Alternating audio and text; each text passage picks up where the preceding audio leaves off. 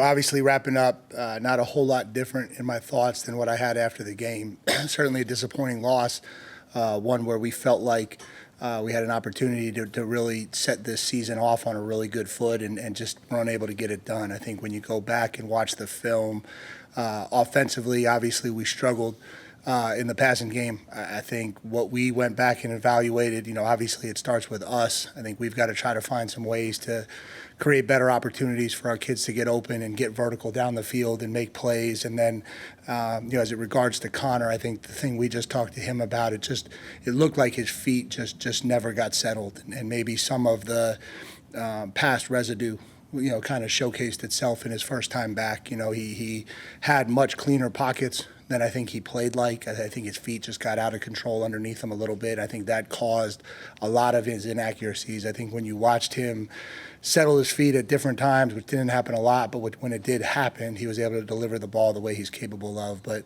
on the interception he threw to Noah, probably one of the most noticeable examples, his feet just kind of were all over the place. And so he knows it. He saw it. I think he's confident in the corrections he needs to make, and he'll have a great week of practice and put himself in position to make the improvements we need to make. And it certainly isn't all on him by any stretch of the imagination. We still got to do a better job throughout the game of keeping pressure off of him. We still got to do a better job throughout the game of creating separation and running routes.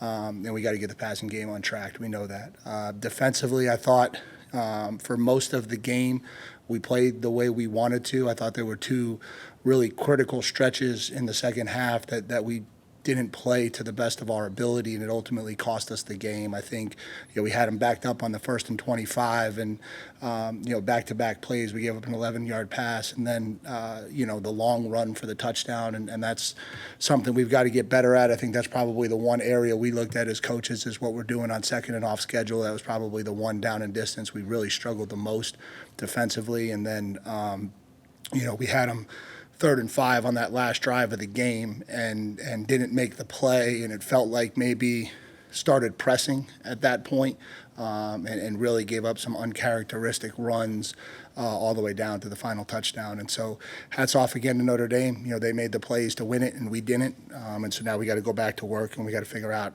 how to close that gap. As we transition and turn ahead to McNeese State, obviously a school that has some connections to Texas A&M. Former head coach R.C. Slocum is a distinguished alumni of McNeese State.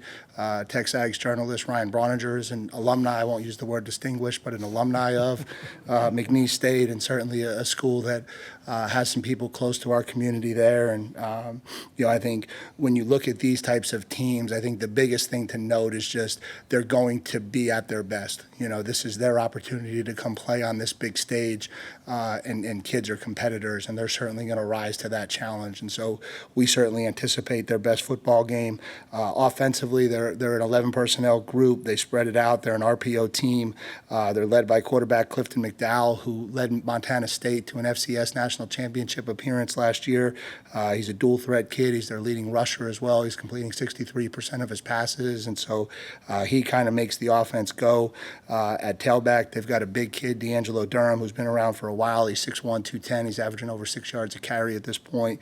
Wideouts, tight ends, they're kind of a mix of like returning players, Power 5 transfers, and so they're still trying to kind of sort through. They're playing a lot of guys at both of those positions, and then 3 of their 5 returning starters are back, and so it's an experienced group up front. Defensively, they've been really good through 2 games. They're very similar structure-wise to what we do and what we play. They've got an experienced front coming back. 3 of their 4 starters return. They had a linebacker, Mike Davey, who led the nation in tackles last year with over 150 tackles. He's already got 31 in 2 games coming into this one. Again, their secondary, like their wideouts, is a mix of returning starters, kids who have transferred in, and so they're trying to sort that group out still. And then they got a punter who's punted 9 times and is averaging 50 yards a punt. And so certainly some pieces on their roster that we need to respect and prepare for. But at the end of the day, and at the end of the day, just like last week, it's going to be about us. It's going to be about us playing this game to our standard and making the improvements we need to make going into week 2 to get this thing where we want it to go. So from there, I'll kind of open it up to questions. Olin, second row on the right, then Brent. Yeah, Mike, if I could ask you 2 things. First of all, after going over the tape and everything, what did you like? Yeah, I don't know. I'm a football coach. We lost. Yeah, I mean, I thought we certainly made some strides and improvements on the offensive line. I think the pockets were cleaner than maybe people thought they were going in. We didn't give up any balls over our head in the secondary. I think the longest pass play they completed on the night was an extremely contested catch where their kid made a phenomenal catch on their sideline, and that stuff's going to happen a little bit. Those probably be the two, I guess. And then I wanted to ask, you had talked about problems with receivers getting separation. Does that create maybe a little bit more of a sense of urgency in getting a guy like Bussy ready at receiver? No, I don't know that it creates urgency. And when I say that, like that's always that's an across-the-board problem. Like when you talk about separation, that's not just on the wide receiver. Some of it is the routes that we're calling, how we're running them against the leverages that we're seeing, making sure that we're running the right routes against the right leverages. That's a piece of it.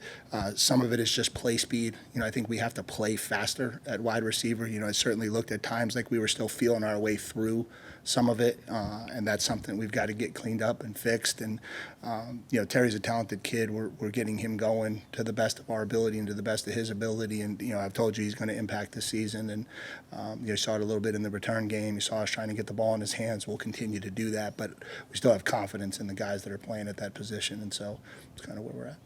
Down front, Brent, and then Travis. This isn't really specific to your program. It's kind of more specific to football. But why is it a quarterback is different when he's stays in the game? Like if you have a running back who struggles, hey, you're going to go to the next guy and try him. Why is a quarterback a guy you stay with throughout the game? And not, like I said, not just you. Yeah. Most everybody. No, but I don't know that I would say that. Like I don't know that if Le'Veon Moss was struggling, we would pull him out of the game. I don't know if Noah Thomas isn't getting open or having a lot of catches, we pull him out of the game. I think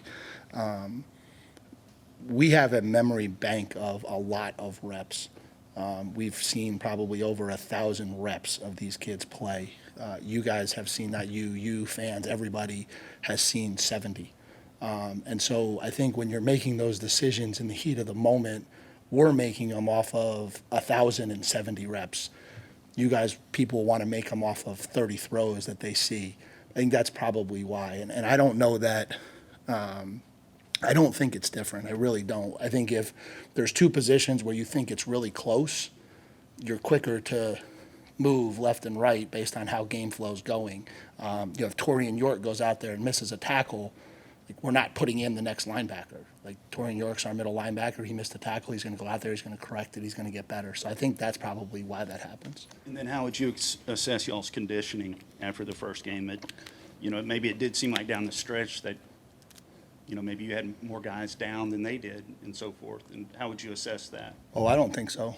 I don't think so at all. I don't think we had anyone down. I think Connor got hit in the gut and puked. And I think, yeah. I don't think we had anybody down. So you're good with your conditioning? Yeah, I don't think that played a role in the game. Front, Travis.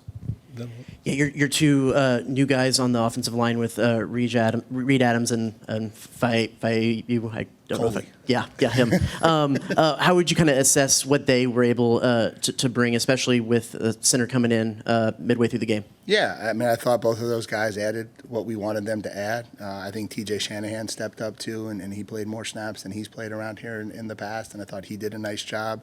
As we get into the O-line, unfortunately, I'll give you one injury report. Mark Naboo, unfortunately, is going to be out for the rest of the year, and that's kind of what led to Coley playing a lot more. I think the plan originally was a little bit more rotation, but unfortunately Mark's going to be out for the rest of the year, and so Coley will now obviously have to step up and play the majority of the game at center for us. go to the left, Luke. Coach, you mentioned Clifton McDowell, D'Angelo Durham for McNeese, two talented runners. What do you think the run defense really needs to do when it comes to continuing those guys and improving in that regard? Yeah, I think, it's every level. I think, when you look at it, I think we can control the line of scrimmage better with our front. I don't think we got pushed around, but I certainly don't think we pushed them around to the level that we're capable of, and I think they would all tell you that.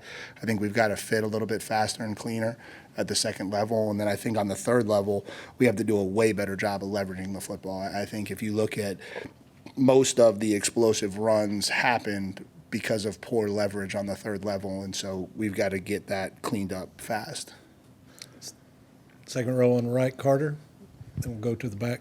Mike, you mentioned Connor's feet not being set on some throws and stepping into throws and things like that. Did you see any of that in preseason camp, or do you think that was a product of nerves or just the rustiness of coming off the injury? Yeah, probably the rustiness. We didn't see it. But again, nobody, for every one of our players, nobody diminishes what it is to go out onto Kyle Field for the first time. And, when you go out there for the first game in front of 180,000 people, that's not going out on practice on Tuesday. And so there's obviously a whole different level of atmosphere that goes into that. And so kids have to learn how to play through that. For whatever reason, his feet just didn't follow from practice. I think he'll get it cleaned up this week. And with Connor, just how have you seen him kind of respond from that game and just your conversations with him since? Yeah, I think he's going to respond great. I think he's a competitor. I think he's a winner. The kids are confident in him. I'm confident in him. He's confident in himself. And I think he's going to go out and have a great week of practice and become the quarterback we know he can become. Coach, back behind the lights, far right, Ben. Coach, just to the passing game, what do you feel like is the key for maybe some of the biggest things for y'all to be able to create options at all three levels in terms of, short, intermediate, and deep passing game? I know you said y'all were trying to get into a rhythm with Connor, but I guess just to keep defenses honest so they're not just, going for the short stuff. To be able to pass the ball down the field more. Yeah, I'm trying to figure out. No, you're good. I'm just trying to figure out how to answer that. I think we've got to be more multiple in how we attack people. I think part of that is trusting the protection. Part of that is delivering the ball where it's supposed to go. Some of that is us schematically creating better opportunities to push the ball down the field. I guess that's the best way to answer that. Staying in back on the right, Chip. Coach, what's the biggest challenge for you and your staff this week after the game Saturday night?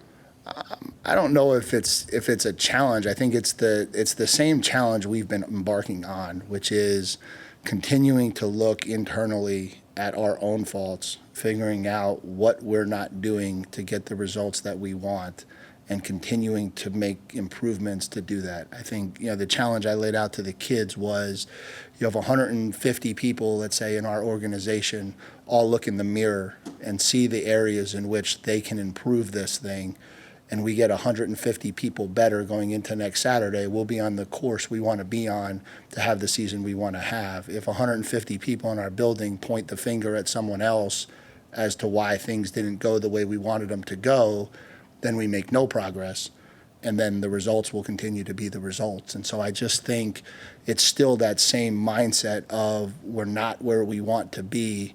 The only way to get there is to continue to work and continue to strain and do that from an internal lens. I think maybe in the past we've been very quick to externalize failure. It happened because of this, which is not my fault. I think in order to grow, it has to be my fault. Like, it has to be my fault as the head football coach that we didn't beat Notre Dame, and I've got to figure out how to fix that. That's how we've got to attack this. Second row on the right, Olin, and then Alex on the left. Yeah, Mike, can you share with us the nature of Mark's injury? And obviously, you're starting for a reason. So, how close was that competition, and how big of an impact do you worry that it might have of not having Mark there? Yeah, it's a lower leg deal. That's all I'll say in regards to that. It's an impact because Mark's a really good football player, but it's football and injuries happen, and the next guy's got to play. Second row on the left, Alex. There were I think the crowd went crazy when y'all came out to power. Just what went into deciding to bring that back, and how'd y'all keep that under wraps for so long? Well, so you guys have often asked me how my experience at Texas A&M has helped me. And one of the things I've learned over the years is if you don't want something to get out, don't tell anyone. That's maybe where my experience at Texas A&M has helped me. So yeah, we were sitting on that one for a long time. That was something I know that was really important to this fan base. I know that's something that's really important to Kyle Field. And I think when we had a change in leadership in the athletic department, we kind of felt like that was something we could bring back and that's kind of when that got put in motion. So was that you, or did you collaborate with players on bringing that back at all? I don't think I needed to ask the players what they wanted, and I didn't tell the players. I didn't ask them. I didn't tell them. I didn't ask anybody. I didn't tell anybody. I know what that song means to Kyle Field, and so And then we just brought it back. And then also just little details like the maroon end zones and the white helmets. You know, what led to doing those kind of things too? I just think new era, new feel. We think you can dress up Kyle Field and make it look even better at times, and we just wanted to kind of do that. Front left, Cease. Did playing Notre Dame, such a quality opponent, possibly show you some weaknesses that you didn't think you had? In other words, silver lining by playing Notre Dame, did possibly some things? Yeah, I mean, certainly don't take any silver linings in it, but to your point, when you play those big games in the opener, you always figure out where you're at. I don't know that I would say weaknesses, but, when you go into camp, you have a feel, but you never, if you're being honest with yourself, you never really know. How good is the defensive line? How not good is the offensive line? How does that balance it out, right? How good is the running backs? How not good is the tackling? You never really know where those levels are until you get into light competition against other people to truly evaluate it. And so I think when you play these games, you have to learn. And even if you win them, you have to learn because you got to learn where you are. You got to assess where you are. And again, it's a 12-game season, and so we've got to figure out how to get better. Ideally, we'd be 1-0 talking about that. Unfortunately, we're not, but we still have to find ways to get better. Coach finished it up with Carter on the right. How would you assess just how Nu'u played in replacing Mark? And I know he went down a little bit late. Is he good to go for Saturday? Oh, Coley's fine. Yeah. Coley just got nicked up. He's fine. I thought he played well. I mean, he's a kid who's played a lot of football. It's why we brought him here. He battled all the way through it. It really went all the way to about Thursday before we kind of settled on where we were going with that starting offensive line. And I don't know, even if Mark was healthy, that we still wouldn't have conversations about who the best five were. And Mark would obviously be in that conversation, and so too would Coley. And I just think that's how we want this to go from a competition standpoint. And so, I thought he played really well, and we expected him to, and I think he'll continue to do that moving forward.